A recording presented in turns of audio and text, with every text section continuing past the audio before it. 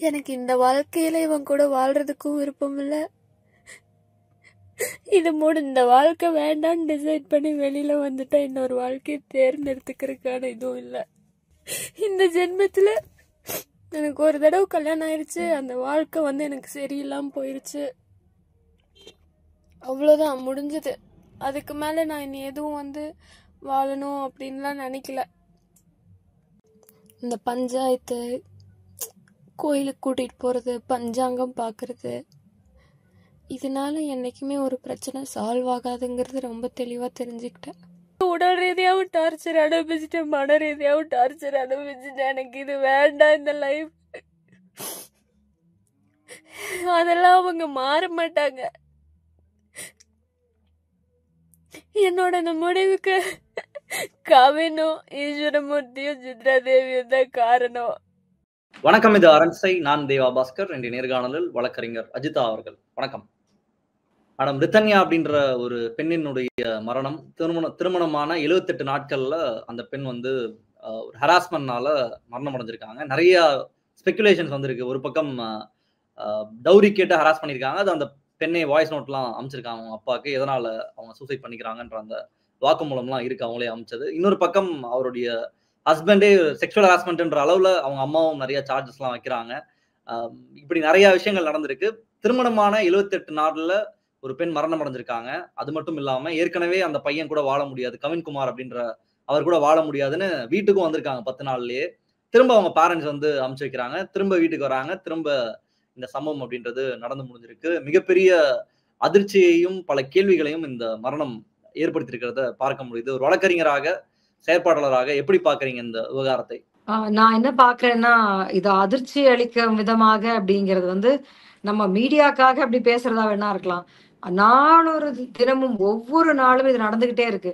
அப்ப ஒவ்வொரு சாதாரண சமூகத்துல இருக்கக்கூடிய மக்களுக்குமே கூட கணவர் சரியா நடத்தல, அவங்க குடும்ப வன்முறை செய்யறாங்க. குடும்ப வன்முறையில ஒரு 5 காம்பனன்ட் இருக்கு. உடல் ரீதியான வன்முறை, உணர்வு ரீதியானது, emotional abuse, sexual abuse, economic abuse and physical abuse எல்லாமே இருக்கு. இப்போ இந்த விஷயங்கள் நடக்காத குடும்பங்களே இல்லைங்கிற அளவுக்கு, இதை பற்றி பேசுவதே இல்லைங்கிற அளவுக்கு இருக்கு. ஒண்ணு. ரெண்டாவது, வரதட்சணை அப்படிங்கிற விஷயங்கள்ல முன்னாடிலாம் நீங்க ஒரு 25 ஆண்டுகளுக்கு முன்னாடி பாத்தீங்கன்னா, எல்லா மேடைகளிலும், எல்லா முழக்கங்கள்லயும், எல்லா மாநாடுகள்லயும் நாட்டில் இதெல்லாம் இல்லாம இருக்குன்னு பேசுவாங்க. இப்ப வரதட்சணை பற்றி யாருமே பேசுறது இல்ல. ஆனா அது பேசாத பொருளாக இருக்கும் பொழுது அது என்ன ஆயிடுச்சுன்னா நார்மலைஸ் ஆயிடுச்சு. அதுல இருக்கக்கூடிய கிரைம் ஏற்கப்பட்ட விஷயம் ஆயிடுச்சு. இப்ப யாருமே எனக்கு ஒரு வரதட்சணை கொடுங்கன்னு கேட்கறதே இல்ல. கல்யாணத்தை நீங்க நல்லா கிராண்டா பண்ணுங்க, உங்க பொண்ணுக்கு என்னவோ நீங்க போடுங்க, உங்க தகுதிக்கு என்னவோ பண்ணுங்க அப்படின்னும் போது அதுல மறைபொருளாக அல்லது வெளிப்படையாகவே அதே வயசு பையன், அதே வயசு பொண்ணு, அதே வேலை, அதே சம்பாத்தியம், 2 குடும்பத்துக்கும் சமமான பண ரீதியான ஒரு வர்க்க அந்தஸ்து எல்லாமே இருக்குனாலும் கூட அந்த பொண்ணு வீட்டுக்கு ஒரு 20 லட்சமோ 25 லட்சமோ 10 லட்சமோ கூடுதலான செலவுங்கிறது ஏற்கப்பட்ட விதி. ரொம்ப நல்ல காதல் திருமணம், எல்லாம் 2 பேரும் நாங்க அப்படி ஒரு லவர்ஸ், நாங்க தான் ரோமியோ ஜூலியட்னு சொல்லக்கூடியதுல கூட நம்ம வீட்டுக்கு தெரிஞ்சு நம்ம பெற்றோருக்கு மனசு கஷ்டப்படுத்தாம கல்யாணம் பண்ணலாம்னா அடுத்து வரக்கூடியது இந்த பெண் வீட்டார் செய்ய வேண்டிய செலவு. சோ எல்லா விதமான வன்முறையும் பெண்கள் மேல குடும்பத்துக்குள்ளேயும் சமூகம் முழுக்க இருக்கக்கூடிய இந்த கருத்தியல்கள்ல இருக்கும் பொழுது எப்படி இதை நீங்க அதிர்ச்சி அளிக்கிறதா பாக்குறீங்க? ஒவ்வொரு தற்கொலைகள்லயும் இந்த விஷயங்கள் பொதிஞ்சிருக்கு. அப்ப இந்த விஷயத்திற்காக குறிப்பாக இது பேசப்படுறதுனால இது இப்பதான் நடக்குதுங்கிற மாதிரி நம்ம ஒரு கண்ணை மூடிக்கிட்டு உலகத்தை பாக்குற ஒரு வேலையை செய்யறோமோ அப்படின்னு எனக்கு சந்தேகமா இருக்கு. எஸ் மேம், நீங்க சொன்ன மாதிரி இது நிறைய இடத்துல நடந்துட்டு இருந்தாலும் கூட இந்த காலகட்டத்துல இப்ப டிவோர்ஸ் பண்றது அல்லது திருமணம் ஆயிட்டா நம்ம அங்கேயே இருக்கணும், எல்லா அபியூஸையும் சகிச்சுக்கணும்ன்ற அந்த காலகட்டத்தை கடந்து வந்துட்டோம்னு நானும் நினைச்சிட்டு இருக்கேன். இப்ப இந்த விவகாரம் வரும்பொழுது அவங்களால திரும்ப போறதுக்கான ஒரு 10 நிமிஷம் தான் அவங்க வீட்டுல இருந்து கூட சொல்றாங்க. அந்த பொண்ணு வீட்டுக்கும் பையன் வீட்டுக்கும் ஒரு 10-15 நிமிஷம் தான். அவங்க அப்பா பார்த்து கல்யாணம் பண்ணிருக்காரு. நீங்க சொன்ன மாதிரி 5 கோடி அந்த திருமணத்தினுடைய செலவு, 300 பவுன் போட்டிருக்காரு, 70 லட்சத்துக்கு வால்வோ கார் வாங்கி கொடுத்திருக்காரு. இது இருந்தும் பையனுக்கு தொழில் வச்சு கொடுக்கல, நிறைய வீடுகள் பண்றாங்க, நீங்க அந்த மாதிரி வச்சு கொடுக்கலன்ற மாதிரியான விஷயங்கள்லாம் வந்திருக்கு. இப்போ என்னன்னா நிறைய டிவோர்சஸ் எல்லாம் பார்க்க முடியுது. இப்ப எங்களுடைய அம்மா காலத்துல அதை பொறுத்துட்டு ஒரு வீட்டுக்கு போயிட்டா அதை பொறுத்துட்டு இருக்கணும், அந்த எல்லா நீங்க சொன்ன அந்த 5 விதமான அபியூஸையும் பொறுத்துட்டு இருக்கணும்ன்ற அந்த டைம்லாம் முடிஞ்சு இன்னைக்கு பெண்கள் படிச்சிருக்காங்க, எக்கனாமிக்கல் ஃப்ரீடம் ஓரளவுக்கு அவங்களுக்கு கிடைச்சிருக்கு. திரும்ப அவங்க வீட்டுக்கு போயிடலாம் அல்லது அந்த மேரேஜை பிரேக் பண்ணலான்ற ஸ்கோப் இருக்கு அப்படின்னு தான் நினைச்சிட்டு இருக்கோம். பட் இங்க அப்படின்னுதான் வெளிப்படையாக பார்க்கும்போது நீங்க சொல்ற விஷயத்த பெண்களுக்கு எதிராக பயன்படுத்துறாங்க. இந்த காலத்து பொண்ணுங்க எல்லாம் பொறுமை எல்லாம் கிடையாதுங்க. விட்டா டைவர்ஸ் பண்ணிட்டு போயிட்டே இருப்பாங்க. அப்படிங்கறதே என்னன்னா அப்படி பண்ணக்கூடாதுன்றதற்கான ஒரு அறிவுரை. நான் பல பெண்களை போன மாசம் மட்டும் நான் ஒரு 10 பெண்களை பாக்குறேன். அந்த 10 பெண்களுக்கும் இருக்கக்கூடிய விதவிதமான பெண்கள், பலவிதமான வருமானத்தை உடைய, பலவிதமான படிப்பை உடைய, பலவிதமான சமூக அந்தஸ்தை உடைய பெண்கள்.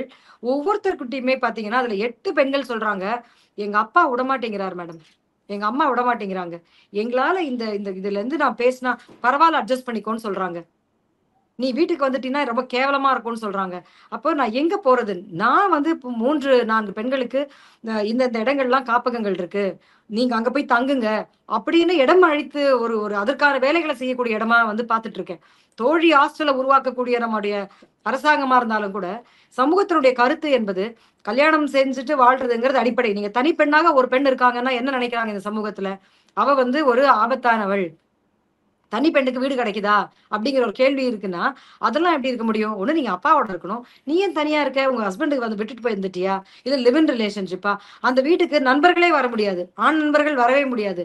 அப்ப இந்த பொண்ணு ஏதோ தொழில் பண்ணுதுன்னு சொல்லக்கூடிய வார்த்தை என்பது ஒரு செகண்ட் கூட தாமதிக்கிறது இல்ல. அப்போ ஒரு பெண் வந்து அவளுடைய சுயாதீனமான முடிவுல மை பாடி மை ரைட், என் உடல் எனக்கு சொந்தம்ங்கிற விஷயம் துளி கூட இந்த சமூகத்துல இல்ல. இப்ப ரித்தன்யாவை பொறுத்த வரைக்கும் எனக்கு இந்த பையனோட வேண்டாம்ப்பா, நீங்க இவ்வளவுலாம் பண்ணி கொடுத்தீங்க, நான் நல்லா நடத்தலப்பா, என்ன சரியா இல்லப்பா அப்படின்னு அந்த பொண்ணு சொல்லும் பொழுது அவ்வளவு நேசிக்கக்கூடிய அப்பா எதுக்கு அச்சப்படுறாரு? அசிங்கமா போயிருமா, 4 பேர் விதமா பேசுவாங்க, நான் உன்னை சரி பண்றேன், உனக்கு பணம் தானே வேணும், நான் ஏற்பாடு பண்றேன்னு சொல்லுவாரு. அப்ப மீண்டும் மீண்டும் இந்த விஷயங்களை வந்து சமூக அந்தஸ்துல இருந்து ஒரு பெண்ணுன்னா இப்படிதான் இருக்கணும், அந்த குடும்பத்துல இருக்கிறது மட்டும்தான் என்னுடைய அவசியமான என்னுடைய மரியாதைக்கான அளவுகோல். நீ வந்து எல்லாம் நீ முடிவு பண்ண முடியாது. நீ உன் வீட்டுல இருக்கணுமா, உன் ஹஸ்பண்ட் வீட்டுல இருக்கணுமா, உன் உடலை வந்து அவன் மட்டும்தான் பயன்படுத்தணுமா, பயன்படுத்த விடாம நீ தடுக்கலாமா? எதுக்குமே உரிமை இல்லைங்க. பெண்களுடைய உரிமை என்பதும் அவர்களுடைய ஆளுமை என்பதோ அவர்களுடைய சுதந்திரம் என்பதோ அவ்வளவு அடிமட்டத்துல இருக்குங்கிறத நம்ம மறுபடியும் புரிஞ்சுக்கணும். நம்ம எல்லாம் கற்பனை செய்து கொண்டிருக்கக்கூடிய விஷயங்கள்லாம் ஒரு பக்கம் இப்படி, இன்னொரு பக்கம் பாத்தீங்கன்னா 2045 ஏறக்குறைய 45% பெண்கள் தனிப்பெண்களாகவோ குழந்தைகள் பெற்றுக்கொள்ள மாட்டேன் என்று சொல்லக்கூடிய ஒரு அளவுக்கு போகும்னு ஒரு புள்ளி விவரமும் ஒரு ஆய்வும் தெரிவிக்கிறதா வந்து ஒரு கட்டுரையில படிச்சேன். அது நிச்சயமாக நடக்கும். ஏன்னு சொன்னா எனக்கு வன்முறை வேண்டாம், எனக்கு வாழ்க்கை வேணும்னு சொல்லும்போது திருமணம் அப்படிங்கிற இன்ஸ்டிடியூஷனே வந்து ஒரு வன்முறைக்குள்ளானதா இருக்கு. குடும்பம்னா எப்படி அப்படிதான் அப்புறமா இருக்கும் சொல்றது எப்படி பாக்குறீங்க? இந்த மாதிரியான சில ஏற்ற இறக்கங்கள் இருக்கும், அபியூஸையுமே நார்மலைஸ் பண்ணக்கூடிய இடமா தான் குடும்பம் இருக்குன்ற அத எப்படி புரிஞ்சுக்கலாம்? இதெல்லாம் தான் காரணியா இப்படியான சம்பவங்கள் நிகழ்வதற்கு? நிச்சயமா திருமணம்னாலுமே அபியூஸ் இருக்கும்னா அந்த அபியூஸ்ங்கிற வார்த்தை யாரும் சொல்றதே இல்ல. அட்ஜஸ்ட் பண்ணணும் குடும்ப வாழ்க்கைக்கு. அந்த அட்ஜஸ்ட்மெண்ட் வந்து பெண் தான். ஒரு பையனை பார்த்து ஒரு போலீஸ் ஸ்டேஷன்லயோ வேற எங்கேயோ அடுத்து போகக்கூடிய இடம் எதுனால முடியவே இல்லைன்னா காவல் நிலையத்துக்கு எத்தனை கால்ஸ் வருதுன்னு நீங்க வந்து ஒரு புள்ளி விவரத்தை நீங்க நம்முடைய காவல்துறையில கேட்டு நீங்க தெரிஞ்சுக்கோங்க. அந்த கால்ஸ்ல அம்மா அவரை வந்து அடிக்காம இனிமே நான் மிரட்டி அனுப்புறேன், அப்பா வந்து என்ன சொல்லுவாருன்னா மேடம் கூப்பிட்டு மிரட்டி இரட்டி அனுப்பி சேர்த்து வச்சு அனுப்புங்க, அம்மா வந்து அப்படி சொல்லுவாங்க. அந்த பெண் வாழாமல் இருப்பது என்பது இன்றைக்கும் சமூகத்துல அவமானமாக கருதக்கூடிய விஷயம் இருக்கு. வன்முறை இல்லாம இருக்கிறது தான் மனித நேயம். வன்முறை இருந்துச்சுன்னா எனக்கு அவமானம் இல்லைங்கிற எண்ணமே இல்ல. சோ அப்ப வந்து நீங்க சொல்ற மாதிரி ரொம்ப அபியூஸ் வந்து அதிகமா ஓப்பனா இருக்கு. இப்ப ரித்தன்யா தற்கொலை பண்ணதுனால வந்துச்சு. நூத்துக்கணக்கான ஆயிரக்கணக்கான ரித்தன்யாக்கள் தற்கொலை மட்டும்தான் பண்ணிக்கல, பல்ல கடிச்சுக்கிட்டோ கஷ்டப்பட்டுக்கிட்டோ சரி அவ வாழ்க்கை அதான், எனக்கு இப்படி தலையெழுத்து ஆயிப்போச்சு, இன்னும் குழந்தை பிறந்துருச்சுன்னா அதை விட மோசம். அப்ப தன்னுடைய உரிமைகளை பற்றி கேட்பது என்பது வந்து ரொம்ப சரியான விஷயமாவே பாக்குறது இல்ல. எனக்கு ரொம்ப நண்பர்கள் நிறைய பேர் இருக்காங்கன்னா ஜோக்ஸ் கூட எப்படி இருக்கும்னு சொன்னா இவங்களோட ரொம்ப நாள் பழகணும்னா ரொம்ப நமக்கு ஆபத்தாயிரும், நம்ம குடும்பங்களாவே நமக்கு பழகும் போது அப்ப என்ன அர்த்தம்னு சொன்னா ஒருத்தவங்க வந்து அவங்களுடைய ஆளுமையை, என்னுடைய அட்டானமி, என்னுடைய சுய முடிவு எனக்கு ஒரு சின்ன அளவுல கூட எனக்கு வந்து இருக்கக்கூடாது. ஒரு குண்டா இருக்கக்கூடிய மனைவியை பார்த்து நீ முதல்ல கொஞ்சம் ஜிம்முக்கு போ, உடம்ப குறை, இல்லைன்னா நான் செலவு பண்றதெல்லாம் சாப்பாட்டுக்கே போயிரும் போல இருக்குங்கிறது ஒரு பாடி ஷேமிங், ஒரு அவமானப்படுத்துதல், அது ஒரு இமோஷனல் அபியூஸ். அவங்களை அவமானப்படுத்துற விஷயம், அவங்களுடைய இருப்பை, அவங்களுடைய எக்ஸிஸ்டன்ஸை கேள்வி கேட்கறது, இருப்பவர்களா அக்செப்ட் பண்ணிக்கிறது இல்ல. பணம் வாங்கும்போது, கல்யாணம் பண்ணிக்கும் போது, அந்த போட்டோக்கு போஸ்ட் கொடுக்கும்போது ஓகேவா இருக்கு.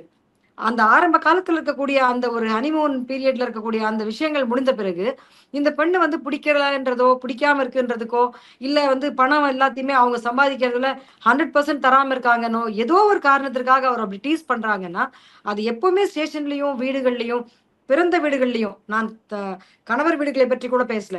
ஒவ்வொரு வீடுமே என்ன சொல்லுதுன்னா, அட்ஜஸ்ட்மெண்ட்ங்கிறது திருமணத்துக்கு அவசியம். இந்த காலத்து பெண்கள்லாம் இப்ப அட்ஜஸ்டே பண்றது இல்ல. இப்ப பெண்கள் மேல குற்றச்சாட்டு என்ன? இவங்கலாம் பொறுமையா இல்ல. கேஸுக்கு போறாங்க. டிவோர்ஸ் கேஸஸ் எத்தன நடக்குதுன்னு நீங்க பார்த்தீங்கன்னா, இன்னைக்கும் 18 இயர்ஸ்க்கு கீழ இருக்க திருமணங்கள் தமிழ்நாடு முழுக்க நடந்துகிட்டே இருக்கு. இந்தியா முழுக்க நடக்குது. அதுல நீங்க விவாகரத்துக்கு வழக்குக்கு வர பெண்கள்லாம் வந்து நாட் ஈவன் 1%. அது 0.001% இருந்து அப்படி இருந்திருக்கலாம். இப்போ ஒரு உதாரணத்துக்கு நீங்க வந்து ஒரு வருஷத்துக்கு ஒரு 10 லட்சம் திருமணங்கள் நடக்குதுன்னு நீங்க வச்சுக்கிறீங்கன்னு வைங்களேன். தமிழ்நாடு முழுக்க இருக்கக்கூடிய எல்லா நீதிமன்றங்களையும் சேர்த்து 10,000மோ 20,000 வழக்குகளோ வந்து ஃபைல் ஆகும். 10%னா எவ்வளவு? 1 லட்சம் வழக்கு ஃபைல் ஆகணும் டிவோர்ஸுக்கு மட்டும். அப்படி ஆகுது இல்ல. நீங்க ஏதோ ஒரு இடத்துல நம்ம வந்து அதுக்கு ஒரு கணக்கு பார்த்து தான் ஆகணும். முன்னை விட அதிகமா இருக்குன்னும் போது, எனக்கு பணம் இருக்கு, எனக்கு படிப்பு இருக்கு, எனக்கு வேலை இருக்கு, எனக்கு அவமானப்படுத்தினா தேவையில்லை, எனக்கு சுயமரியாதை முக்கியம் அப்படின்னு டிவோர்ஸ் பண்ற பெண்களை, தவறான பெண், நீ சரி கிடையாது, டிவோர்ஸ் வரைக்கும் போயிட்டேன்னு சொல்லக்கூடிய குடும்பங்கள் பாதிக்கு மேல இருக்கு. அதனால குடும்ப வன்முறைங்கிற ஒரு விஷயத்த, டொமஸ்டிக் வயலன்ஸ்ங்கிற விஷயத்த நம்ம பேசாம, ஒரு சாஃப்ட் வயலன்ஸ் மாரி, அது பாட்டுக்கு நடக்கும், அது பாட்டுக்கு எல்லாமே இருக்கலாம். நீங்க பார்த்தீங்கன்னா, அவ்வளவு கருத்து வேறுபாடு இருக்கும். கல்யாணத்துக்கு ஒண்ணா போவாங்க, காரியங்களுக்கு ஒண்ணா போவாங்க, பெரிய காரியங்களுக்கு ஒண்ணா போவாங்க. சமூகத்துக்கு முன்னாடி எல்லாம் நார்மலா இருக்கும். ஆனா, இவங்களுக்குள்ள இருக்கக்கூடிய விஷயங்கள பேசாம இருக்கிறதுங்கிறது தான் நியாயமானதுங்கிற ஒரு ஒரு எழுதப்படாத சட்டமும், ஒரு விதியும் எல்லா பெண்கள் மத்தியிலயும் கூட இருக்கு. ஒரு பெரிய சாரர் பெண்கள் என்ன சொல்றாங்கன்னா, "ஏன் இத பேசல? ஏன் ஃப்ரெண்ட்ஸ் கிட்ட கூட சொல்லல? ஏன் நீங்க பகிர்ந்துக்கல? ஏன் இவ்ளோ நாள் கடந்து, இவ்ளோ மனநிலை இவ்ளோ மோசமா நீங்க பாதிக்கப்பட்டு நீங்க வரீங்கன்னு" நான் கேட்கும் பொழுது, என்ன சொல்றாங்கன்னா, "அப்படி சொன்னா, நான் பாதிப்புக்குள்ளான பெண் அப்படின்னா, என்னை யார் வேணாலும் முறை தவறி நடத்தக்கூடும். அப்ப பாதுகாப்பு என்பது குடும்பம்." அப்படிங்கிறது தான் பெரிய நம்பிக்கை. குடும்பத்துக்குள்ள தான் வயலன்ஸ் நடக்குதுங்கிற ஒரு உண்மையை மறைத்து தான், குடும்பம் தான் பாதுகாப்புன்னு சொல்றாங்க. அப்ப 4 சுவருக்குள்ள நடக்கக்கூடிய வயலன்ஸ பேசாம இருந்தா தான், 4 சுவருக்கு வெளிய இருக்கக்கூடிய சமூகத்துல இருக்க வயலன்ஸ காப்பாத்திக்க முடியும். இது ஒரு பெரிய நீங்க ஒண்ணுக்குள்ள ஒண்ணு இணைஞ்ச ஒரு விஷயங்க இது. இது ஒரு பிரமிட் மாதிரி. கீழ இருக்கிறதுலேருந்து அவமானங்கள், அவப்பெயர்கள், பெண்ணுக்கு போதாமை, அவளுக்கு அதிகாரம் இல்ல, அவ தகுதியானவ இல்ல, அவளால முடிவெடுக்க முடியாது, அவ பணத்த நான் தான் கண்ட்ரோல் பண்ணுவேன், கல்யாணம் ஆகலைன்னா கேவலம், முதிர்கன்னியா இருக்கிறது அவமானம், அவள யார் வேணாலும் இன்வைட் பண்ணலாம். இப்படி நீங்க படிப்படியா அந்த பிரமிட்ல இப்படி மேல போகும்பொழுது, இறப்பு நடக்குது. இறப்பு ஒரு நாள்ல நடக்கிறதே இல்ல. நார்மலைஸ் பண்றோம். கிரைம நார்மலைஸ் பண்றோம். அவமானங்கள நார்மலைஸ் பண்றோம். அ சமத்துவம் இல்லாத குடும்ப வேலைகள பகிர்ந்துக்கிறத நார்மலைஸ் பண்றோம். இத்தன கிரைம்ஸ நீங்க நார்மலைஸ் பண்ணும்போது, கடைசி கிரைமா உயிர் போகும்போது நம்ம டக்குன்னு பேச ஆரம்பிக்கிறோம். அது கூட நம்ம வந்து ரிதன்யாவ மட்டும் நம்ம பேசியிருப்போமான்னா, 2 காரணங்கள். ரிதன்யாவினுடைய கிளாஸ். அங்க கூட இது நடக்குதுன்னா, இது வந்து ஒரு வெர்டிகலா இது வந்து இப்பவே வந்து அந்த ஹாரிசான்டலா பொன்னேரியில வந்து நான் 5 அடுத்தது. பவுன் அடுத்த பிள்ளை. ஆமா. கல்யாணமாயி 3வது நாள். 2வது வழக்கும் வந்துருச்சு. நீங்க வந்து மற்றதெல்லாம் வந்து பேப்பர்ல பப்ளிசைஸ் பண்றதுக்கும், ஒவ்வொரு மாவட்டத்துல இருக்க நிருபர்களும், எல்லா பத்திரிகையில இருக்கவங்களும் கேர்ஃபுல்லா போய் பார்த்தாங்கன்னா, இளவயது பெண்களின் திருமணத்துல நடக்கக்கூடிய வன்முறைகள வந்து பேச ஆரம்பிச்சாங்கன்னு சொன்னா, அவ்ளோ நீங்க வந்து இந்த சமூகம் இவ்ளோ கேவலமா இருக்கான்னு நீங்களே ஆச்சரியப்படுவீங்க.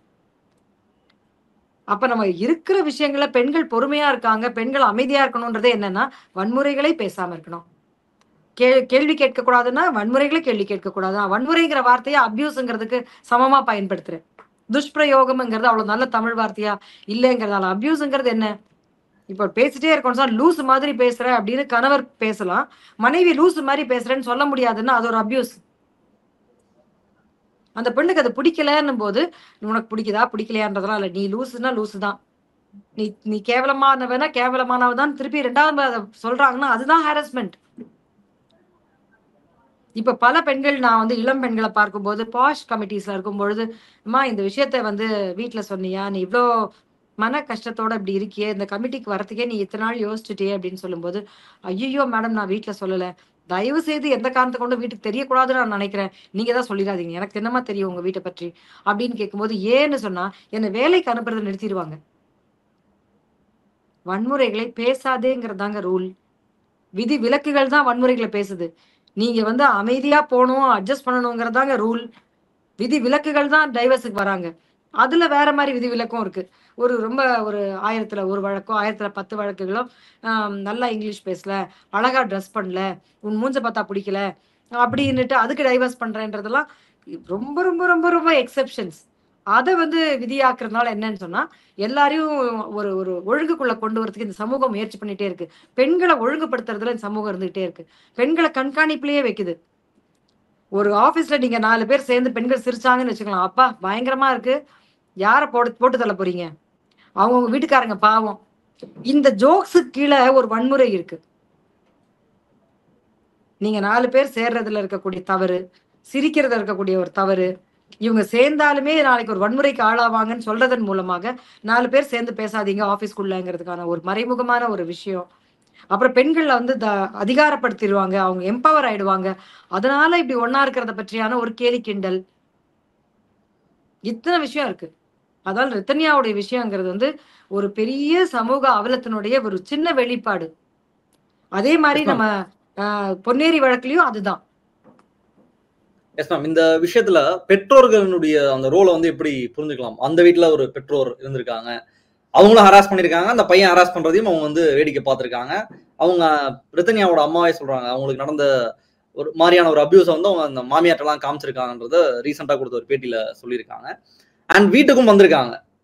ஒரு ஓகே இது வந்து சரியா செட் ஆகல. அப்போ ரித்தன்யா தரப்புல அவங்களால முடிஞ்சதை அவங்க முயற்சி செஞ்சிருக்காங்க. அவங்களுக்கு என்ன தெரியுது அப்படின்னா, ஓகே இப்படி ஒரு தப்பா நடக்குது. இந்த ஃபேமிலி சரியில்ல. நமக்கு வந்து இவ்வளவு நாள் வளர்ந்தது அப்பா அம்மா கூட. அவங்களுக்கு அப்பா அம்மாவை மீறி கோர்ட்டுக்கு போற அளவுக்கு அவங்களுக்கு அந்த அளவுக்கு சமூக புரிதல் இல்ல அவங்களுக்கு. அவங்களுடைய இல்ல புரிதல் இருந்தாலும் சப்போர்ட் பண்ண மாட்டாங்க. ஓகே. அப்ப வாய்ப்பு இல்ல. இந்த சமூகத்துல ஒவ்வொரு மாவட்டத்திலயும், ஒவ்வொரு தாலுகாவிலயும் எல்லா பெண்களும் வந்து ஒரு ஷார்ட் ஸ்டே ஹோமுக்கு போலாம், போய் தங்கலாம். எனக்கு அப்பா அம்மா வீடு பிடிக்கலன்னா ஹோட்டல்ல ரூம் போட முடியாது ஒரு பெண். பணம் இருந்தாலும், கிரெடிட் கார்டு வச்சிருந்தாலும், 6 இலக்கத்துல சம்பாதிச்சாலும் அவ போய் ரூம் போட முடியாது. அப்ப இதற்கான ஹோம்ஸ் இருக்கு. நான் வந்து 1091க்கு பெண்களுக்கான உதவிய கூப்பிட்டா உடனே வருவாங்க, என்ன அழைச்சிட்டு போவாங்க. நைட் தங்குறதுக்கு எனக்கு இடம் குடுப்பாங்கன்ற இடம் இல்ல இங்க. அப்ப குடும்பங்கள் வந்து வன்முறையானதா இருக்குன்னா, நீ பேசாம வாய் மூடிட்டு இருங்கிறது தான். அது வந்து அந்த இன்லாஸ் வீடா இருந்துச்சுன்னு சொன்னா சொல்லவே வேண்டாம். ஏன்னா, அதுல வந்து தப்பு செய்றது அவங்களுடைய மகன். அப்ப அவங்க வந்து அமைதியா தான் இருப்பாங்க. இன்னும் அதிகமா அத காப்பாத்த பாப்பாங்க. இந்த பெண்ண வந்து அடக்கி வைக்கிறதுக்கு தான் பாப்பாங்க. சொந்த பெற்றோரும் கூட இத பற்றி சரி பார்க்கலாம், பார்க்கலாம். அவசரப்பட்டு முடிவெடுக்க கூடாதுன்னு சொல்லும் பொழுது, ஆண்களை சரிப்படுத்துவதற்கான ஒரு சமூகமோ, இதுவோ இல்ல. பழக்கமே இல்ல. ஒரு வழக்குல ஒரு 2 நாளைக்கு முன்னாடி, "நீயும் என் கூட சேர்ந்து வேலை செய். நான் பாத்திரம் தேய்க்கிறேன், நீ சமையல் செய். நான் குழந்தைய தயார்படுத்துறேன், நீ வந்து சாப்பாட வந்து பேக் பண்ணுன்னு" சொன்னதுக்காக, அவ்வளவு கோவப்பட்டு அடிக்கிறாரு கணவர். "நான் சம்பாதிச்சுட்டு வரேன். நீ ஆஃப்டர் ஆல் என்ன விட 4ல 1 பங்கு சம்பாதிக்கிற. நீ யாரு என்ன கேள்வி கேட்கறதுக்குன்னு" சொல்றாரு. அந்த பெண் கேட்டது ஒண்ணுதான். "நானும் உங்கள மாரியே அதே டைமுக்கு வேலைக்கு போறேன். உங்கள மாரியே அதே டைமுக்கு உள்ள வரேன். சமையல் வேலையிலயும், வீட்டு வேலையிலயும் பங்கெடுத்துக்கோங்கன்னு" கேட்டாங்க. இதுதாங்க நான் சொல்றேன். இந்த விஷயங்கள்ல ஆரம்பிக்கிற வன்முறை தான் அவங்க இறப்புலயும், சாவுலயும் முடியுது. இத தாங்கிக்க முடியாம இருக்க பெண் என்ன செய்வாங்க? எனக்கு வேண்டான்னுவாங்க. என்ன சொல்லிட்டாங்க? ஆஃப்டர் ஆல் நீ 1 ஹவர் சீக்கிரம் எந்திரி. நீ 1/2 அன் ஹவர் சீக்கிரமா குளிச்சு ரெடி ஆகுன்னு தான் சொல்லுவாங்க.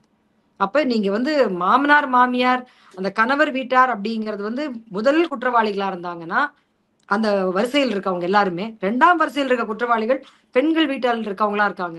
அவங்க தான் விக்டிம்ஸும் கூட. அதே நேரத்துல அவங்க பெர்பெட்ரேட்டர்ஸா இருக்காங்க. "நீ பேசாம இரு. வாய மூடு. சின்ன வயசுல உனக்கு செல்லம் குடுத்து வளர்த்துட்டேன்." இத்தனை விதமான இந்த வயலன்ஸ்க்கான இந்த இந்த இந்த ஒரு அபியூஸ் கல்ச்சர் அல்லது ஒரு ஒரு ஒரு டொமெஸ்டிக் வயலன்ஸ்க்கான ஒரு கல்ச்சர் ஒண்ணு இருக்கு இங்க. குடும்பம் அப்படிங்கிறது சமத்துவமற்ற ஒரு நிறுவனம். அத சமத்துவத்த கேட்டா, இந்த மாரி ஆளுங்களோட பேசினா நாடே கெட்டு போயிரும். சமூகமே ஒண்ணுமில்லாம போயிருங்கிறது தான். அந்த சமூகத்துல அப்படி குடும்பமே வேணான்னு சொன்னா, ஆண்கள் சரியாகட்டும், பெண்களும் சரியாகட்டும், 2 பேரும் அட்ஜஸ்ட் ஆகட்டும். ஒரு 100 குழந்தைகள் பொறக்காம தான் இருக்கட்டும். ஒரு 1000 குடும்பங்கள் அந்த பெண்ணுக்கான சுயமரியாதை நமக்கு அவசியம்னு சொன்னா அது தனியா வந்துதான் வாழட்டும். தனியா வாழவே விட மாட்டாங்க. எத்தனையோ பெண்கள் வந்து எங்க வீட்டுல விட மாட்டாங்க. மறுபடியும் பஞ்சாயத்து பண்ணு. ஏம்மா 2 வருஷமா இப்படி இருக்கீங்க? இத்தனை அடி வாங்கியிருக்கீங்க. இவ்ளோ மெடிசின் சாப்பிட ஆரம்பிச்சிட்டீங்க. இவ்ளோ நீங்க மென்டலா ரொம்ப சிக்காயி என்ன சொல்றது? டிப்ரஷனுக்கு போயிருக்கீங்களே. இத டீல் பண்ணக்கூடாதா? அப்படின்னு கேட்டா, இல்ல 10 பஞ்சாயத்து நடந்து திருப்பி அனுப்பிச்சுட்டாங்க. நடக்குது. எல்லாமே நடக்குது. அதனுடைய முடிவு என்னவா இருக்குன்னா, அழுத்தமாகவோ, அல்லது அமைதியாகவோ, கண்டிப்புடனோ, அல்லது ஒரு கெஞ்சுதலுடனோ, வன்முறையை குறைக்கிறதுக்கு நாங்க பார்க்கிறோம். ஆனா நீ ஏற்றுக்கொண்டு செல் அப்படிங்கிறது தான்.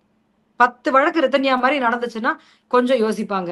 அப்ப அந்த அந்த ஆண்கள வந்து ஜெயில்ல போடுறதுக்கான விஷயங்கள பார்த்தீங்கன்னா, திருப்பி அங்க லஞ்சம், ஊழல், காவல்துறையில வந்து போய் நம்ம எஃப்ஐஆர் போடுறதுங்கிறதே குதிரை கொம்பு. சட்டங்கள் வந்து வந்து சமுதாயத்தினுடைய ஒரு ஆன்மா மாரி. இப்படிதான் இருக்கணும். இதுதான் அடிப்படைன்னு. ஆனா அது நடைமுறையில இருக்காங்கிறது இல்ல. இங்க இருக்க பிரச்சனைக்கு தான் சட்டம் இருக்கு. நடைமுறை படுத்துறதுங்கிறது நம்ம சமூகத்தினுடைய கையில இருக்கு. அந்த பெண் வந்து ஏற்கனவே வலிமை இல்லாம இருக்காங்க. படிப்பு வலிமையை குடுக்கல. வேலை வலிமையை குடுக்கல. இப்போ அவங்களுடைய இந்த பொருளாதார ரீதியான இது வலிமையை குடுக்கல. இந்த கேஸ்ல இவ்வளவு சொத்து இருக்கு அவங்க கிட்ட, அவங்களுக்கு 5 கோடி செலவு பண்ணிருக்கான். இப்போ நான் வந்து பணம் செலவு பண்ணிட்டேன், அதனால இந்த திருமணத்துல நீ இருந்துக்கோ அப்படின்றது அப்படி அதனால இருக்க சொல்றாங்களா? இல்ல கலாச்சார ரீதியாக என்னோட பொண்ணுக்கு ஒரு திருமணம் தான் நடக்கணும், டிவோர்ஸ் இல்ல குடும்பத்தை பிரிஞ்சு வர்றதுன்றதெல்லாம் அந்த ஆப்ஷனே கிடையாது அப்படின்ற அளவுல இதை தடுக்கிறாங்களா? எப்படி புரிஞ்சுக்கலாம் அதை? ஏன்னா அவங்கள்ட்ட காசுன்றது எல்லாமே நிறைய இருக்கு. எல்லாமே இருக்குங்க தேவா இதுல. நீங்க சொல்ற வந்து அந்த இவ்ளோ செலவு பண்ணிட்டேன். இது ஒரு பிசினஸ், ஒரு டீல். திருமண சந்தையில ஒரு ஆள பார்த்து பிடிக்கிறதுங்கிறது ஒரு டீல். அந்த டீல் பிரேக் ஆயிடுச்சுன்னா, எவ்வளவு நஷ்டம் அப்படின்னா, பயங்கரமான நஷ்டம். பொருளாதார ரீதியா இருக்க நஷ்டத்தை ஈடு கட்டுறதுக்கான அந்த குடும்பம் வந்து இவங்க அப்பாக்கு இன்னொரு 50 கோடி கூட இருக்குன்னு வச்சுக்கோங்களேன். 5 கோடி அவர் பெருசு இல்ல. வியாபாரத்துல நஷ்டமானா அவர் முன் வர மாரி வருவாரு. ஆனா கலாச்சார ரீதியான விஷயங்கள். பெண்ணுங்கிற அந்த பொருளை இன்னொரு முறை விலை பேச முடியாது. அப்படி அந்த சந்தைக்குள்ள நான் போய் 2வது கல்யாணம் பண்ணேன்னு சொன்னா, எனக்கு கெட்ட பொருள் தான் கிடைக்கும். 45 வயசு ஆள் தான் கிடைப்பான். எனக்கு வந்து ஒரு தலைமுடி இல்லாத அல்லது ஒரு வயதுக்கு கூட இருக்கக்கூடிய, இல்ல வேற எதனா கூட பிரச்சனை இருக்கக்கூடிய, உடல்நிலை சரியில்லாத நோய் உள்ள ஒரு நபர் கிடைப்பாங்க. என்னால இந்த பொருளை பெண்ணை பொருளாக பார்க்கும் பார்வையினுடைய ஒரு எக்ஸ்டென்ஷன் தான் இது. திருமண சந்தையில வித்தாச்சுமா. அத நீ எப்படியோ பார்த்து அட்ஜஸ்ட் பண்ணி உன் பிசினஸ நீ ஓட்டிக்கோ. இதுல பெண் வந்து மனுஷி இல்ல. டீல் பண்றவங்கலாம் தான் மனிதர்கள். இந்த பெண் வந்து அக்ரிணை பொருள் தான். Yes ma'am. இதுல நம்ம வந்து இன்னொரு குடும்ப வன்முறைகளை பற்றி பேச வேண்டிய அவசியம் இருக்குன்னு மீண்டும் மீண்டும் பெண்கள் அமைப்புகள் சொல்றதுக்கான காரணம் இதுதான். ஒரு பெண் வந்து எப்போ தனக்கு அபியூஸ் நடக்குது அப்படின்றத எப்படி ஐடென்டிஃபை பண்றது? ஏன்னா இன் ஜெனரல் வந்து கல்ச்சுரலா பார்க்கும்போது ஒரு ஆணுக்கு கட்டுப்பட்டு தான் ஒரு பெண் இருக்கணும், அல்லது ஒரு ஆண் வந்து ஒரு பெண் மீது ஒரு அதிகாரம் செலுத்துறத விரும்பக்கூடியவர்களாகவும் இருக்காங்க. ஓகே, அவர் கண்ட்ரோல் பண்றாரு, அவர் கீழே தான் இருக்கணும், சம்பளத்தை கொடுக்கணும், இந்த மாதிரி தான் இன் ஜெனரல் வந்து மெஜாரிட்டி பெண்களினுடைய பார்வை அப்படின்றது இருக்கு. ஸோ அவங்களுக்கு வந்து அவங்களுக்கு அபியூஸ் நடக்குது, இது தப்பு அப்படின்றத தெரியறதுக்கான ஸ்பேஸ் அப்படின்றது அவங்களுக்கு கிடையாது. அப்போ எப்போ வந்து அவங்க இது வந்து ஒரு நம்மள என்ன சொல்றது, ஒரு கண்ட்ரோல் பண்றாங்க அல்லது ஒரு மாதிரி நம்மள அபியூஸ் பண்றாங்க, இது அபியூஸ் தானே எப்போ ஐடென்டிஃபை பண்ணணும், அண்ட் அதுக்கு அடுத்து என்ன பண்ணணும்? ஏன்னா என்ன பண்ணுன்றதும் யாருக்கும் தெரியாது. இது முடிஞ்ச அளவுக்கு நீங்க சொன்ன மாதிரி வீட்டுல சொல்லுவாங்க, வீட்டுல அதை கன்வின்ஸ் பண்ணி அமுச்சு வச்சிருவாங்க. அவங்களுக்கான லெட் அவுட் ஸ்பேஸ் அப்படின்றது ஒண்ணுமே கிடையாது. அப்போ எப்படி இதை எதிர்க்கணும் பெண்கள்? இப்ப நீங்க சொன்ன விஷயங்கள்ல இந்த பெண்களுக்கு எப்படி அபியூஸ்ன்னு தெரியறது, எப்ப அவங்க தெரிஞ்சுக்கணும், எப்ப புரிஞ்சுக்கணும், எதுன்றத கேள்வி கேட்கும்போது, ஆண்களுக்கெல்லாம் வானத்துல இருந்து ஒரு பைப் லைன்ல ஒரு மூளையும், பெண்களுக்கெல்லாம் வானத்துல இருந்து இன்னொரு பைப் லைன்ல ஒரு அறிவும், அவங்களுக்கான கருத்துக்கள்லாம் எப்படி இருக்கணும், தனக்கு என்னன்னு புரிஞ்சுக்கிறதுக்கான உணர்திறன். இப்ப ஒருத்தவங்க அடிச்சா வலிக்கும், ஒருத்தவங்க கிள்ளுனாங்கன்னா வலிக்கும், வெட்டுனாங்கன்னா காயம் வரும் அப்படிங்கிற விஷயத்த எப்படி நான் தெரிஞ்சுக்கிறது, எனக்கு காயம் ஆயிடுச்சுன்னு எப்படி தெரிஞ்சுக்கிறது அப்படின்னு நீங்க கேட்கிற கேள்விங்கிறது, நம்ம சமூகத்துல எப்படி நம்ம வந்து மனிதர்களை, ஆண்களையும் பெண்களையும் உணர்திறன் இல்லாத ஒரு பண்டங்களாக ஆக்கி வச்சிருக்கோன்றதனுடைய ஒரு அடிப்படையா நான் பாக்குறேன். சோ தனித்தனியா ஒரு இன்ஸ்ட்ரக்ஷன் இல்ல. ஆனா வளரும் போதே ஒரு நம்ம சொல்லக்கூடிய அடிப்படையான ஒரு மனித மாண்பு, ஒரு சுயமரியாதை, பெண்களுக்கான ஒரு மரியாதைங்கிறது குடும்பத்துல வளர்க்கும் போதே இருக்கணும். ஒரு பெண் இவ்வளவு அடி வாங்குறாங்கன்னா என்னன்னா, பரவாயில்ல மேடம் அடியெல்லாம் தாங்கிக்கிட்டேன் நானு. ஆனா வேற பெண்களோட எல்லாம் போயிட்டு என்ன வேற மாதிரி பேசும்போதுதான் என்னால தாங்கிக்க முடியலன்னுவாங்க. ஏன்னா இந்த பெண் அவங்க அம்மா அடி வாங்கி அடுத்த நேரம் சூடா சமையல் செஞ்சு சாப்பாடு கொடுத்து அவங்க அப்பாவை கவனிக்கிறத பார்த்து வளர்ந்த பெண். இந்த பெண் தன்னுடைய குடும்பத்துல ஒரு வன்முறை இருக்குன்னா, ஆனாலும் அது நல்ல குடும்பம்னு வெளியே சொல்லக்கூடிய ஒரு இடத்துல இருக்கக்கூடிய ஒரு பெண். இதுக்கான மானம் அல்லது அவமானம், என்னுடைய மரியாதை, என்னுடைய சுயம் செல்ஃப் அப்படிங்கிறத பற்றியான பார்வைய எந்த சமூகத்திலையும் பாட புத்தகங்களையும் கல்வியிலையும் சொல்லி கொடுக்கறது இல்ல. இந்த ஊர் என்ன, அந்த ஊர் என்ன, இந்த கண்டம் என்ன, அந்த கண்டம் என்னன்னு. அப்ப செல்ஃப் ரெஸ்பெக்ட்ங்கிறதும் நம்முடைய அடிப்படை மனித உரிமைகள் அப்படின்னு சொல்லக்கூடிய அரசமைப்பு சட்டத்தில் இருக்கக்கூடிய இந்த ரெட் புக்கை தூக்கி அரசியல் சாஸ்திரத்தினுடைய அம்பேத்கர் எழுதிய சிற்பம் செய்த அந்த புத்தகம்னு காட்டுறமே, அதுல இருக்கக்கூடிய பார்ட் 3 ஆஃப் த கான்ஸ்டிடியூஷன்ல அடிப்படை உரிமைகள் இருக்கு. சமத்துவத்திற்கான உரிமை, பாகுபடுத்தப்படாமல் இருப்பதற்கான உரிமை, மனிதராக மதிப்பதற்கான உரிமை, என எந்த காரணமும் இல்லாமல் சிறையில் அடைப்பதற்கோ சட்ட ரீதியா நான் பண்றதுக்கோ இந்த மாதிரி பல விஷயங்கள் இருக்கு. இந்த அடிப்படை உரிமைகளை, பேச்சுரிமை, கருத்துரிமை, நான் எங்கு வாழ்வதற்கும் உரிமை, இந்த உரிமைகள் ஒவ்வொரு ஆணுக்கும் பெண்ணுக்கும் இருக்குன்றத உணர்வதற்கான ஒரு சமூக சூழல் ஒண்ணு உருவாக வேண்டியது இருக்கு. இது கல்வியில இருந்து ஆரம்பிக்கணும். எல்லா குடும்பங்களிலுமே பெண்களுக்கு உரிமைகள் இல்லாமல் வளர்க்கப்படும் ஒரு சூழல் என்பது சுயமரியாதை உன்னுடைய அதிக பிரசங்கித்தனம். நீ உனக்கு ஒரு ரெஸ்பெக்ட் வேணும்னு நீ கேட்கறதுங்கிறது தேவையற்ற ஒரு கோரிக்கை, அதீத கோரிக்கை அப்படின்னு செல்ஃப் ரெஸ்பெக்ட பற்றி இருக்கக்கூடிய ஒரு பார்வைய ஒரு ஆம்பளை பிள்ளை ஒரு 10 வயசு பையன், 10 வயசுன்னு ஒரு பொண்ணு கீழே போறாங்க, ஒரு பிளாட்ல விளையாடிட்டு இருக்காங்க. அம்மா பக்கத்து வீட்டு பையன் அடிச்சுட்டாமா அப்படின்னு சொன்னா, பையன் அடிச்சுட்டு அடி வாங்கிட்டு வந்தானா சொல்றது, நீ பையன் தானே, திருப்பி அவனை கேட்க வேண்டியதானே, இன்னொரு அடி போட வேண்டியதானே, அப்படியே அடங்கியிருப்பான்ல. பொண்ணா இருந்துச்சுன்னா உன்னை யார் உன்னை கீழே போக சொன்னது? நீ மேல உட்காந்து இங்கேயே படம் வரைஞ்சிருக்கலாம்ல, உனக்கு தான் வாங்கி கொடுத்தல, கீழே போனல வாங்கிட்டு தான் வருவே நீ. அப்ப இந்த 2 விதமான ஸ்டாண்டர்ட்ஸை பயன்படுத்தக்கூடிய சமூகமாக பெண்களை குறைவாகவும் பெண்களுக்கான உரிமை இல்லாமையும் பார்க்கக்கூடிய ஒரு சமூகத்துலதான் நம்ம இன்னும் வாழ்ந்துட்டு இருக்கோம். நம்முடைய முற்போக்குத்தனமோ, நம்முடைய பெரியார் சொன்னக்கூடிய சுயமரியாதையும், பெரியார் சொன்னக்கூடிய ஒரு பெண்களுக்கான ஒரு மரியாதை என்பதையும் கடைநிலை வரைக்கும் சமூகத்துல பெர்குலேட் ஆகி கீழே போகவே இல்லை. அதை போக வைக்கணுங்கிற எண்ணமும் இல்லை. நம்முடைய அரசு பாடத்திட்டங்கள்ல அது கிடையவும் கிடையாது. அப்படி கேள்வி கேட்டு என் வாழ்க்கையை நான் சரி பண்ணிக்கிறேன், என் தேர்வை நான் செய்து கொள்கிறேன், என்னுடைய கணவரை நான் வாழ்க்கையினை தேர்ந்தெடுக்கிறேன்னு ஒரு பொண்ணு லவ் பண்ணா இந்த பக்கமும் வெட்டுவேன் அந்த பையனையும் வெட்டுவேன்னு சொல்ற அப்படிப்பட்ட ஒரு ஆணவ கொலை கலாச்சாரத்துக்கு இன்னைக்கு கூட நம்முடைய நாடு, நம்முடைய தமிழ்நாடு சட்டம் கூட போடல ஆவண கொலைக்கு எதிராக. அப்ப என்ன அர்த்தம்? நீ உனக்கு உரிமை கிடையாது, நீ வாயை மூடு. அதை மீறி பண்ணினா கொலை ஆணினா உனக்கு சட்டம் கூட கிடையாது. அப்ப நீ காதலிக்கிறதோ, நீ படிக்கிறதோ, நீ கல்யாணம் பண்ணிக்கிறதும், உன் உடலை நீ யாருடன் பகிர்ந்து கொள்ள வேண்டும் என்பதும் முடிவு பண்ணக்கூடிய இடத்துல இருக்கிறது இந்த சமூகத்துல இருக்கக்கூடிய ஆண்மைய சமூகத்தினுடைய வெளிப்பாடு. பேசிக்காவே பிரச்சனை இருக்கு. சட்டம் வளர்ந்துருச்சு, சமூகத்துல இருக்கக்கூடிய நீதிகளை பேசுறது வளர்ந்துருச்சு, நமக்கு வெளிநாட்டுல இருந்தும் உள்நாட்டுல இருந்தும் இன்ஸ்டாகிராம் வளர்ந்துருச்சு. ஆனா சமூகத்தினுடைய மனநிலை மாறல. ஏன்னா அந்த கட்டமைப்பு இன்னும் அப்படியே இருக்கு. ஆண்மைய சமூகம் நம்ம சொல்றோம். ஆணாதிக்க சமூகம்ன்றதை விட ஆண்மைய சமூகம், ஆதிக்கமும் அதுல உள்ள புதஞ்சிருக்கு. பெண்களை தலைவர்களா ஏத்துக்கிறாங்களா? கிடையாது. பெண்களை யார் தலைவர்? ஆனா அவர்கள் தான் தலைவர்கள். குடும்ப தலைவர் அப்படின்ற இடத்துல இன்னைக்கும் நம்ம ஆண்களை தான் போடுறோம். அவன் குடிக்காரனா இருந்தாலும், அவன் உதவாக்கரையா இருந்தாலும். மிக சமீபத்துல தான் ஒரு ஜீவோ போட்டாங்க, பெண்கள் குடும்ப தலைவர்னு போடலாம் அந்த நிலத்தை கொடுக்கும்போது அப்படிங்கிறதுக்காக. அந்த பட்டா வழங்கும் அந்த ஏழைகளுக்கு தரும்போது. நீங்க மேல இருந்து டாப் டு பாட்டம் பாத்தீங்கன்னு சொன்னா பெண்களை கிண்டல் பண்றதோ, ஜோக்ஸ்ல குறைவா மதிப்பிடுறதோ, அவர்களுக்கான சுயமரியாதையும் சமத்துவமும் இல்லைங்கிற விஷயம்தான் எல்லா இடத்துலயும் நீக்கமர நிறைஞ்சிருக்கு. சோ அரசு என்பது அதற்கான ஒரு தெளிவான ஒரு கருத்து, ஒரு கொள்கையை வச்சிருக்கணும். பெண்களுக்கான கொள்கையை வச்சிருக்காங்க. அதனால அது கல்வி நிலையத்திலிருந்து பாடத்திட்டங்கள்ல இருந்து மாற்றம் ஏற்படணும். அதான் கான்ஸ்டிடியூஷன்ல நமக்கான ரைட்ஸ் அப்படின்றது என்னன்றது கொடுக்கப்பட்டிருக்கின்றத சொன்னீங்க. அப்போ சட்டத்துல இருக்கு, பட் இன் ரியாலிட்டி இல்ல அப்படின்னா கலாச்சார தளத்துல, பண்பாட்டு தளத்துல நம்ம வேலை செய்யணும் அப்படின்றதுதான். பண்பாட்டு தளத்துல வேலை செய்யறதுக்கு நீங்க பழைய ஆளுங்களை மாத்துறதுங்கிறது நாய்வால நிமித்துற கதை. நீங்க 1ஆம் வகுப்பு பாட புத்தகத்துல இருந்து 2ஆம் வகுப்புல இருந்து 3ஆம் வகுப்புல இருந்து பெண்களை மதிக்கிறத பற்றியும், இப்ப இருக்கக்கூடிய குடும்ப வன்முறை தடை சட்டத்தினுடைய பாடங்களை நம்ம சிவிக்ஸ்ன்னு சொல்லக்கூடிய சமூகவியல், முன்னாடி எல்லாம் நம்ம புவியியல்னு சொல்லுவோம், இப்ப சமூகவியல்னு சொல்லி ஒரு பாடம் இருக்கு. அந்த படிப்புலயும் அதெல்லாம் கொண்டு வரும்பொழுது அந்த குழந்தைக்கு என்ன தெரியும்னா, ஏன் அவங்களுக்கு இருக்கு இப்படி இருக்கு, அப்ப வளரும் போதே அப்படி வளருவாங்க. வீட்டுல போய் கேட்பாங்க, ஏன் எப்ப பெருக்கினாலும் நீங்க தான் பெருக்குறீங்க, அம்மா அப்பா பெருக்க மாட்டேங்கிறாங்கன்னு. அப்ப பாடத்திட்டங்கள்ல இருந்து ஆரம்பிக்க வேண்டியிருக்கு, சமத்துவத்தை அங்க இருந்து கொண்டு வர வேண்டியிருக்கு. அவங்க கேள்வி கேட்டு புதிய சமூகத்தை உருவாக்க வேண்டியது இருக்கு. எல்லா டிவி சீரியல்ஸ்லயும், சினிமாலையும், மற்ற இடங்கள்லயும் சென்சார்ஷிப் என்பது சமத்துவத்துக்கு எதிரானதா இருந்துச்சுன்னா, அது ரொம்ப மிசோகினிஸ்டிக்கா இருந்ததுன்னா, பெண் எதிர்ப்பா இருந்துச்சுன்னா, பெண் வெறுப்பா இருந்துச்சுன்னா அதை நம்ம பார்க்க வேண்டியது இருக்கு. ஆண்ட்ரூ டேட் போன்றவர்களுடைய கருத்துக்களையும் மற்ற விஷயங்களையும் வந்து எதற்கெல்லாத்துக்குமோ சமூகத்துக்கு எதிராக பேசினா அந்த இதை வந்து முடக்குறாங்க, அதை எதிர்க்கிறாங்க. ஏதாச்சும் ஒரு இன்ஸ்டாவோ மற்ற போஸ்டோ வந்து பெண்ணுக்கு எதிரானதாகவோ, இந்த பொம்பளைங்களை இப்படிதான் வைக்கணும்னு சொல்றதோ, இல்லைன்னா வேற மாதிரி வந்துச்சுன்னா அதற்கு ஒரு கண்காணிப்பு குழு வைக்கணும். இதெல்லாம் வந்து ரொம்ப அவசியம். இப்படி பலதரப்பட்ட பணிகளை வந்து கீழே இருந்து மேல வரைக்கும் செய்யும் பொழுது, குறிப்பாக அரசு வந்து தன்னுடைய கொள்கையில, தன்னுடைய சிந்தனையில இதற்கான மாற்றத்தை கொண்டு வந்தாதான் மாற்றுறது என்பது சாத்தியம் நடக்கும். ஒரு 10 ஆண்டுகள் 20 ஆண்டுகள்ல. உதாரணத்துக்கு ஒண்ணு சொல்றேன்.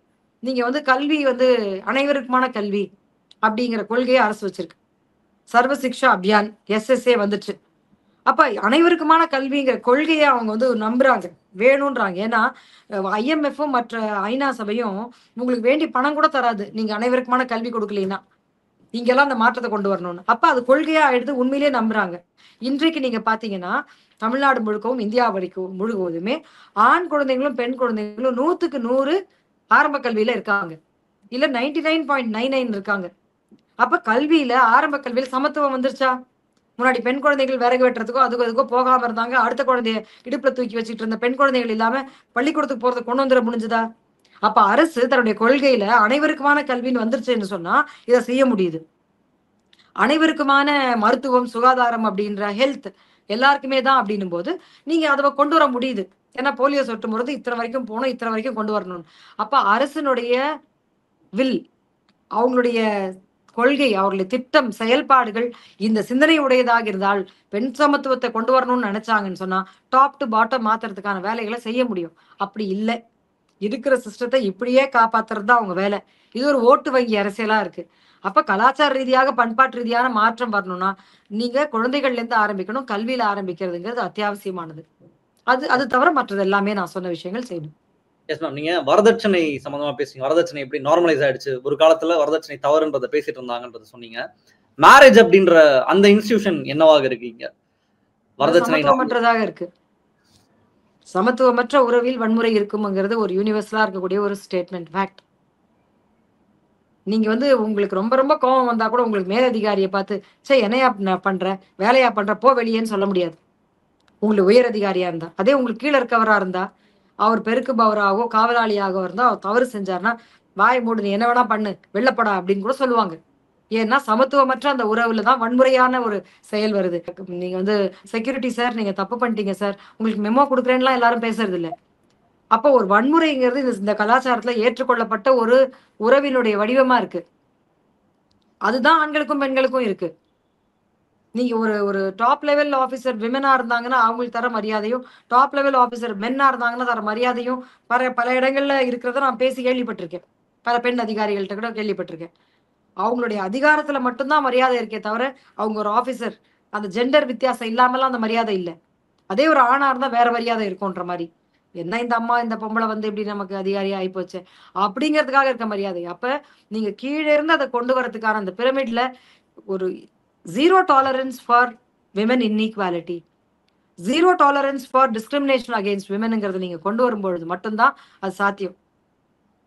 அது வந்து நீங்க கல்வியில இருந்து ஆரம்பிக்கணும்னு நான் நினைக்கிறேன். அது பண்பாட்டு ரீதியான மாற்றங்களை கொண்டு வரும்.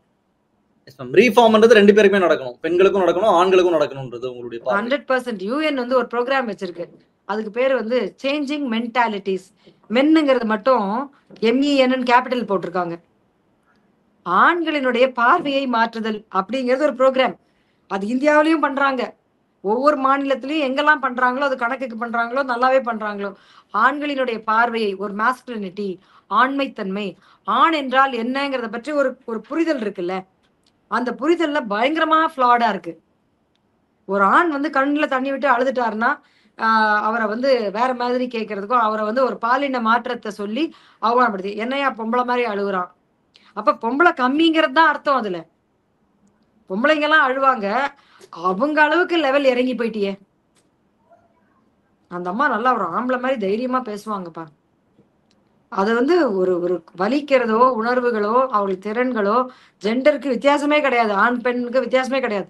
ஆனா இந்த சமூகத்தினுடைய புரிதல்ல, இந்த சமூகத்தினுடைய பார்வையில மறுபடியும் மறுபடியும் சொல்லி மண்டையில ஏத்திக்கிட்டே இருக்காங்க.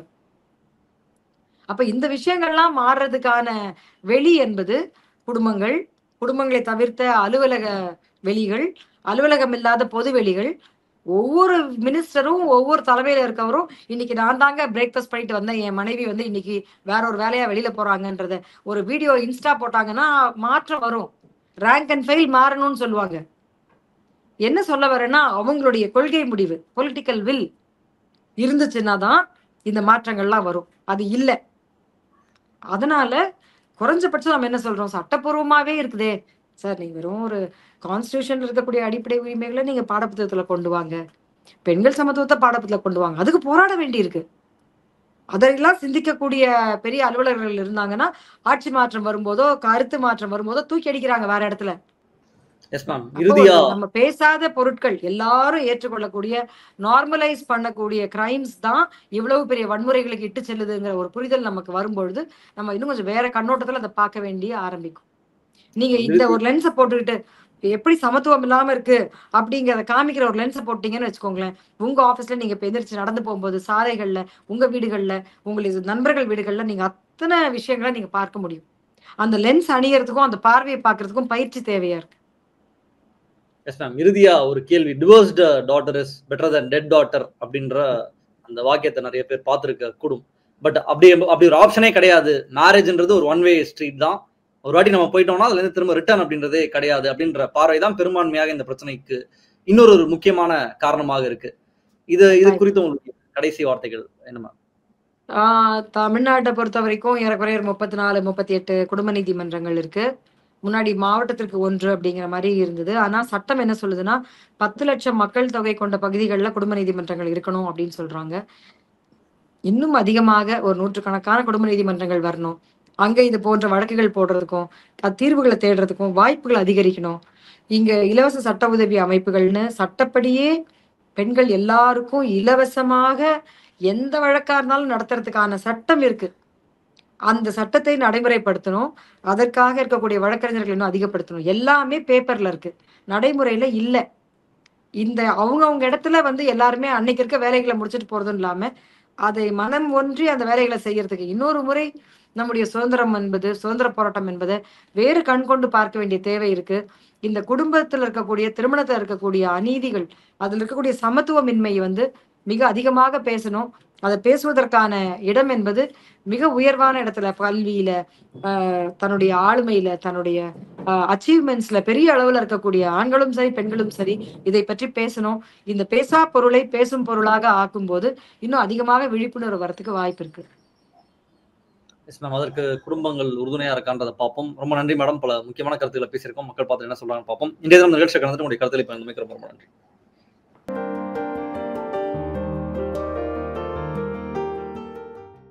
அரண்சை நண்பர்களுக்கு வணக்கம்.